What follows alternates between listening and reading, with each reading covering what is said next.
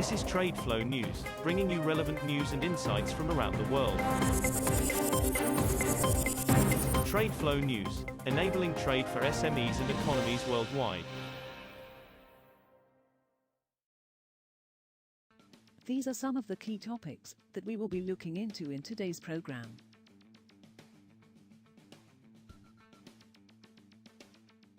First, let's take a look at the overnight headlines which are impacting the commodity markets.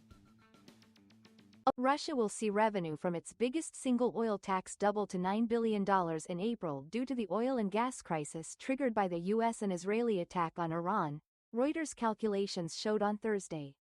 The Reuters calculation is some of the first concrete evidence of a windfall for Russia, the world's second-largest oil exporter, from the Iran war, which oil traders say has triggered the most serious energy crisis in recent history.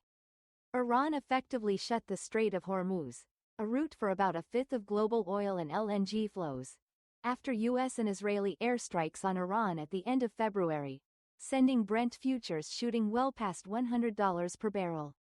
Oil prices rose 3% on Thursday as doubts over a fragile two-week Middle East ceasefire raised concerns that energy flows through the crucial Strait of Hormuz will remain restricted.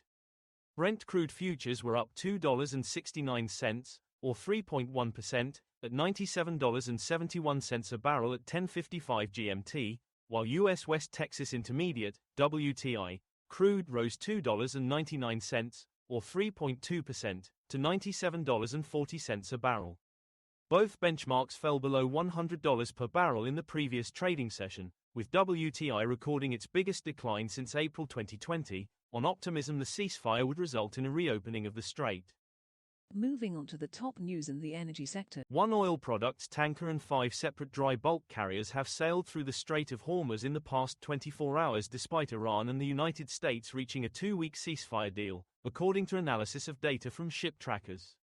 Traffic through the critical strait has remained at a virtual standstill, with little movement since the US-Israeli war on Iran began on February 28 and sailings averaging a few vessels daily, according to data from Capeller, Lloyd's List Intelligence and Signal Ocean.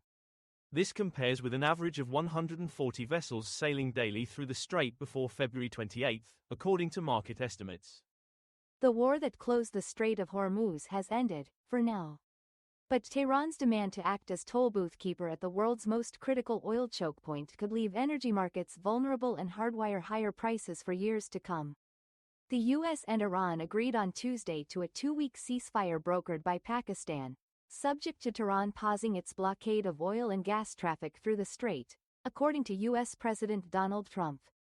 An Iranian official said on Wednesday that the vital waterway, through which around a fifth of the world's oil and gas flowed before the US-Israeli war on Iran began nearly 6 weeks ago, could be reopened by Friday in a limited fashion under Iranian control.